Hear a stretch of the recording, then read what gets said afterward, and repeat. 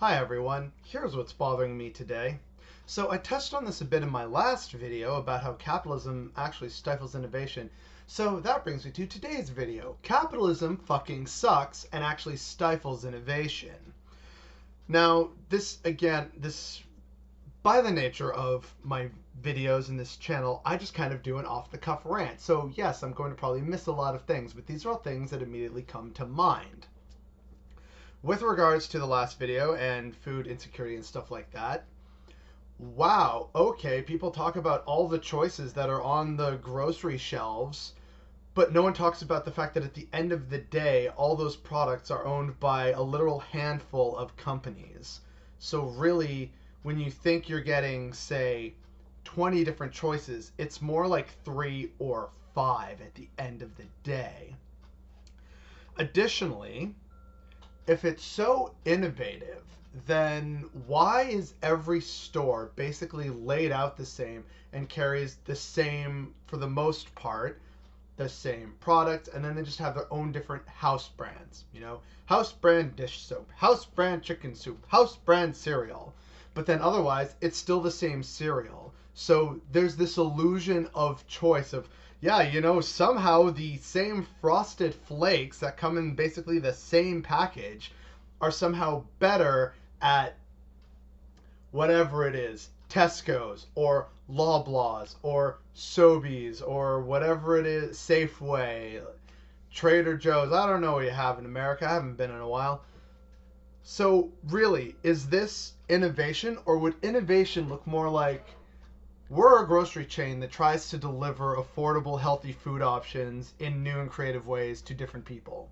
Or the layout of the store is different? Or instead, it's more like a collection of co-ops. So yeah, here's the Hunters Co-op, and so this is where you get your game meat, but then we also have a regular butcher, and then we also have the local fishmonger because we're in a coastal town. Like, where is the supposed innovation and creativity? Instead, it's got to be a big box store with the same shit you can buy at any other big box store, and it's got to be in a suburban setting and in the same style, done by the same architect, etc. Where's the innovation?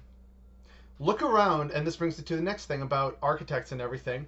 Look around the suburbs now and tell me which suburb is from which city, because I will see pictures from, you know, different suburbs around my town, from around Canada, from around the States, and unless there's, you know, glaringly different trees and animals, it's really hard to tell where they are because all suburban houses kind of look the same.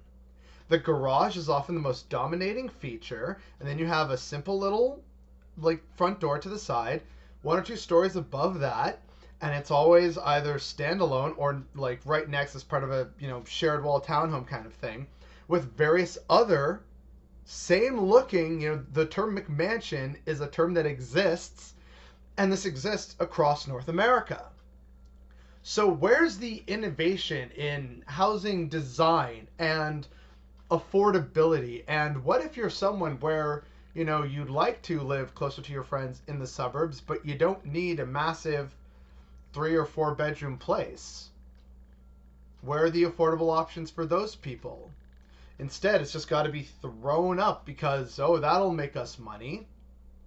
Where is the innovation in terms of design instead of, oh, we're just going to put like a little bit of brick on the front and then it's going to be just vinyl siding on the rest of the building? Yeah, no, real innovative and so artistic and expressive. I mean, truly. People like to talk about, you know, capitalism is innovation, and this is why the American healthcare system is so great, because look at all the choices we have. But you don't really have choice. You have to be in network with your hospital and only certain doctors. And if you want to go outside of that, that can either cost a lot of money or it becomes this whole legal rigmarole. Again, I don't know. I'm not American. I don't live in that garbage system. Whereas here, you know, sure, it's socialized healthcare, but I could be checked into any hospital and it doesn't matter. And if I want to be transferred to a different one for religious or for location reasons, that is entirely possible. in America, under your supposedly best system ever, that's not possible. And if we're talking about innovation in the medical field, why is it then so much of the money that is made by America's privatized healthcare industry, why does so much of that money then go to just basic overhead things like administrative costs, lawyers, and salaries, and just paying profits to the companies that hold the hospitals? Not a lot of that money is actually spent going into new and innovative research. Instead, what spurs new and innovative research are public funds. AOC made a video a few months ago correctly pointing out that like an initial $100 million or something like that investment by the public, like, the federal government, resulted in a new vaccine or some kind of medicine that Pfizer or someone is making billions in profit off of a public investment. That is goddamn robbery. And it's not innovation. The innovation is coming from the public sector, not the private sector. The private sector is just exploiting it. Let's keep talking about the private sector and how supposedly everything's supposed to spur innovation, right? So if there's so much innovation, why do we have so many goddamn streaming services? Sure, when Netflix started, that might have been an innovation, but now we got Netflix, Hulu, Crave, Disney Plus, what's the one? Amazon Prime, Apple TV, YouTube Premium, yada, yada, yada. There's so many now. Because everyone, instead of trying to be innovative, they see an opportunity for money and they just want a piece of that pie. It's greed. It's not innovation.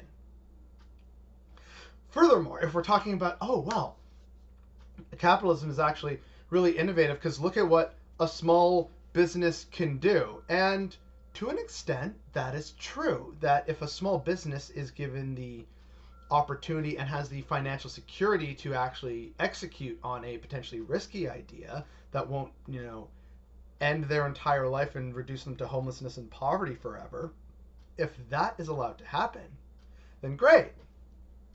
But in the current system that we have, what ends up happening is a large monopoly then comes in and just scoops up the small enterprise. They buy them out and then, yay, we own this now.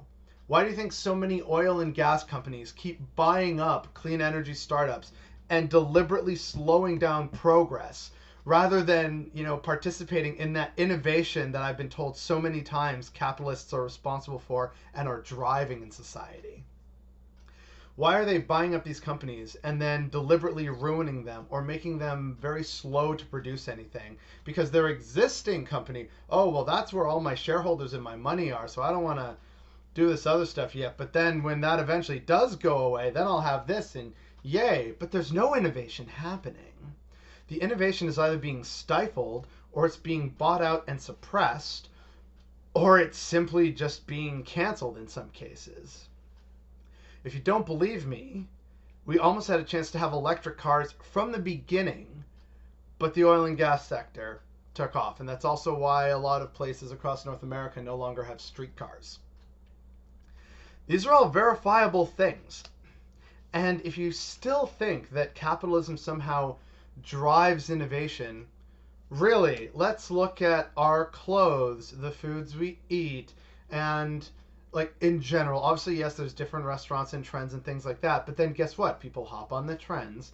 Everyone's on about, new social media platforms and new trends, but they're still all owned by the same companies at the end of the day in most cases. It is so frustrating to keep hearing how supposedly this system that we live in is driving innovation when it really isn't. When's the last time you heard of some real, genuine innovation that was being pushed for and championed by the supposed capitalist elite? Oh, Uber, but now we have Lyft, and there's probably going to be a different one, and it's just exploiting more workers. That's the only innovation, actually, that capitalism does. Yeah, the only innovation that capitalism seems to manage is the ability to exploit workers and people in new and terrifying ways. And the fact that more people don't realize that that is the one innovation that capitalism has managed to give us is really, really bothering me today.